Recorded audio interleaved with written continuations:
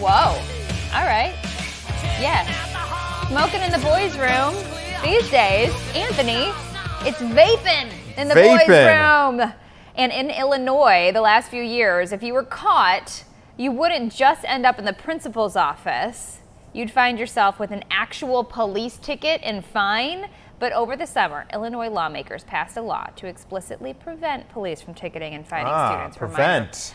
We thought this was going the opposite direction. Yes, we set this up incorrectly. Yeah. This is a law on the books to prevent that from happening. Yeah. Okay, so the new law would apply to all public schools, including charters, and it will require school districts beginning in the 2027-2028 school year to report to the state how often they involve police in student matters each year, and to separate the data by race, gender, and disability. The state will be required to make the data public. So the legislation comes 3 years after a ProPublica and Chicago Tribune investigation found that even though Illinois law bans school officials from fining students directly, districts skirted that law by calling on police to issue citations for violating local ordinances.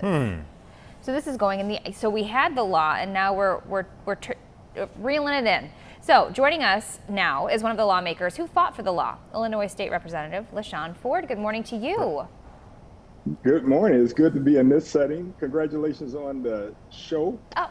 Thank you very much. Thank you. We're having a good time. Yeah, with see, it. we're all more. We're used to seeing you in a suit and tie as well, so we're all casual. You know what? It's great because typically when we talk to you, Representative Ford, we have like 30 seconds, right, to get through the topic. We can let it breathe a little bit more today. So tell us what the problem is with police intervening. Like, you know, let's just back it up. If teachers and parents can't get this under control, they were obviously doing it, well, many of them, I'm guessing, to crack down and actually solve the problem. You're pushing back against this. Why is it a problem for police to have the power to fine and ticket folks directly? Well, I think that one, Jody Cohen and Jennifer Richardson and Stand for Children all saw a problem from the ProPublica's report and the Tribune report that law enforcement actually were doing discipline procedures opposed to dealing with the law. So that means that if there were some rules that were being violated in the school that the principal, the dean, and the teacher should handle, they would pass that off to the police. And so we found that report that was issued by ProPublica and the Chicago Tribune saw a discrepancy in who was getting ticketed the most, and it was pretty much poor families. These are regressive tickets, and they're mostly Black students that were ticketed, and it only drove them further into poverty. Yeah, I guess that's an issue. I didn't think about that. The actual charge of money that the police were issuing to these kids. In my mind, I pictured it more of like a naughty you know, the parents saying, I need help getting this because it's unhealthy for my kid. But I guess if you step back and look at actually like the law and getting a ticket and having to pay it, there could be issues with that. Yeah, so there was a lot of, in other words, there was a lot of disparity.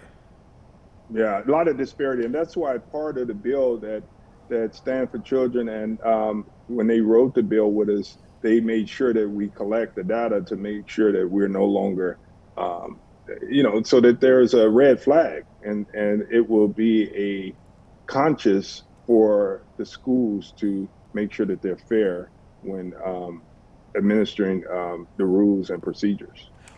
Were there other disciplinary measures that went into place from the schools themselves when someone was caught smoking or vaping, or was this simply about fining these students? Yeah, this is about fining the students when they actually had the option to give them a detention, you know, and it's easy for a school. I'm a teacher by profession, and if you have a student that's a challenging individual and you just want to get rid of that student and there's a police there, you just turn them over to the police and you don't have to deal with them anymore. And that became a problem. And I have to give Amy Gavin, the Government Affairs Director for Stand for Children, because she fought really, really hard in Springfield to make sure that lawmakers understood the importance of passing this legislation. Isn't there a procedure at schools if there is a difficult child, you go through the steps of detention all the way to being expelled from the school? Isn't that the simple route? If they keep breaking the rules, then they just get expelled? Yeah, and the goal would be to make sure that schools go through the process of discipline procedures. If it's in the handbook that you're breaking a school code, then you should be punished with a detention, a Saturday detention or after school detention. But remember, when students have to go to court or to these procedures for the ticket, they miss school, their parents have to miss work, and it doesn't allow them representation with these tickets. So it's a challenge, and it drives young people and their families further into poverty. So what would you say then to the parent who might say, all right, well, it's state law that these products can't be sold to people who are under a certain age. This goes beyond just violating a school rule. This is a violation of state law, and therefore police should be involved. How would you respond to that? That's a good question. And we still, in the law, it allows for the police, if they're in the building, we strongly encourage law enforcement to use the school disciplinary policies and not use the criminal code for behavior. And this bill, with a lot of support from law enforcement, believes that this will take a burden off of the police. They have so much that they have to do, and it will build a relationship between law enforcement and the community, especially young people that seem to not have a good relationship with police. I guess my problem is giving a solution to the teachers. Okay, so they're putting their discipline to these kids who are vaping in school.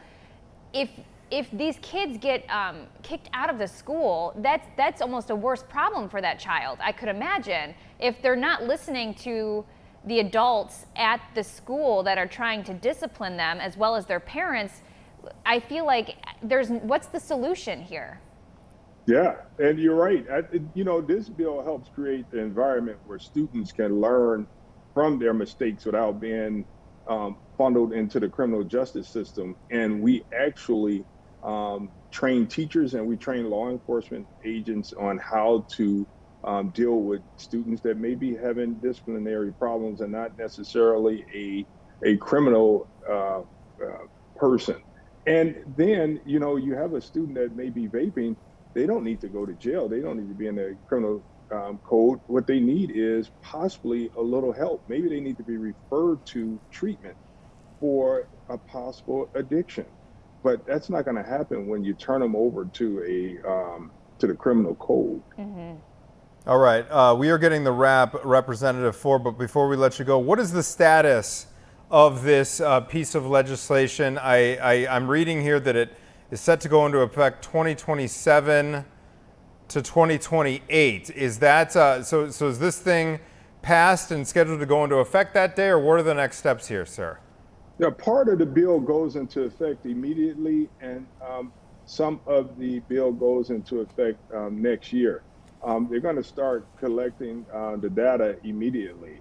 So we want to make sure that the law enforcement and the schools have a better relationship.